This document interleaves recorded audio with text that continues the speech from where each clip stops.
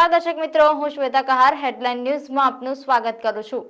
હવે નજર કરીએ દેશની 20 મોટી ખબરો પર। અમેરિકામાં ગોળીબાર, 21 લોકોને ગોળી વાગી। રેલીમાં મોટા ભાગના બાળકો હતા, એકનું મૃત્યુ થયું। ટોળાએ હુમલાખોરને પકડી લીધો। વડાપ્રધાન નરેન્દ્ર મોદી 22 ફેબ્રુઆરીએ આવશે ગુજરાત, આણંદ, નવસારી અને મહેસાણાના કાર્યક્રમોમાં આપશે હાજરી। પંજાબ હરિયાણા સરહદે ઘણા વિસ્તારોમાં ઇન્ટરનેટ સેવા પર રોક।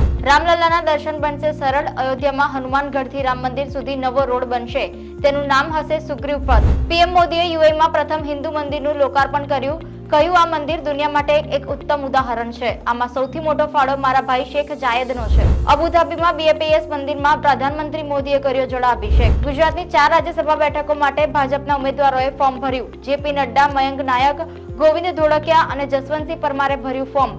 સીએમ ભૂપેન્દ્ર પટેલ, સીઆર પાટીલ તથા હર્ષ સંઘવી પણ રહ્યા હતા હાજર। મહાભારત સિરિયલના કૃષ્ણની આઈએએસ પત્ની સામે ફરિયાદ। નીતિશ ભારદ્વાજે કહ્યું, 4 વર્ષથી દીકરીઓને મળ્યો નથી, સ્મિતાએ તેનું અપહરણ કર્યું છે। પાટણમાં હિટ એન્ડ રન હાઈવે મોતની ચિચિયારીઓથી ગુંજી ઉઠ્યો। ખોડિયાર માતાએ જતા પદયાત્રા સંઘને કચડી, વાહન ચાલક થયા ફરાર। 3ના મોત, 5 ગંભીર। બલ્ગેરિયન યુવતી ગેરહાજર, રાજીવ મોદી હાજર। દુષ્કર્મ કેસમાં પોલીસે 4.5 કલાક પૂછપરછ કરી। અત્યાર સુધી કર્યા હતા તેમના જવાબમાં કહ્યું, કંપનીના કામથી હતા વિદેશમાં। દેવભૂમિ દ્વારકામાં 6 વર્ષની રાહ પછી સની ડેમનું કામ શરૂ થયું। 110 ગામને મળશે પીવાનું પાણી। વસંત પંચમી પર બદ્રીનાથ ધામના દરવાજા ખોલવાની તારીખ જાહેર। ભગવાન બદ્રીનાથ ધામના દ્વાર 12 મે 2024ના રોજ ખુલશે। અંબાજીમાં ગબ્બર પરિક્રમાનો ચોથો દિવસ। જ્યોતયાત્રા, મશાલ યાત્રા અને પાલખી યાત્રાનું આયોજન। લગ્નનો માહોલ શોકમાં પલટાયો। ભાવનગરમાં પોતાના લગ્નની ખરીદી માટે નીકળેલા યુવકને ટેમ્પાએ કચડ્યો। કફ સિરપના ગોડાઉનમાં રેડ। વડોદરા એસઓજી અને ફૂડ એન્ડ ડ્રગ વિભાગના અધિકારીઓએ 367 બોક્સ કફ સિરપના ઝડપી પાડ્યા। ખંડેરી સ્ટેડિયમને 10 વર્ષ બાદ નવી ઓળખ। રાજકોટનું ક્રિકેટ સ્ટેડિયમ હવે નિરંજન શાહના નામથી ઓળખાશે। નિરંજન શાહનું ક્રિકેટમાં વિશેષ યોગદાન।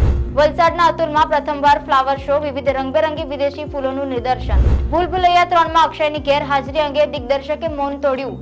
કહ્યું, હું તેમની સાથે કામ કરવા ઈચ્છુક છું, પરંતુ હું એવી સ્ક્રિપ્ટ લખી શકતો નથી। થર્ડ પાર્ટમાં માધુરી સારાની એન્ટ્રી થઈ શકશે।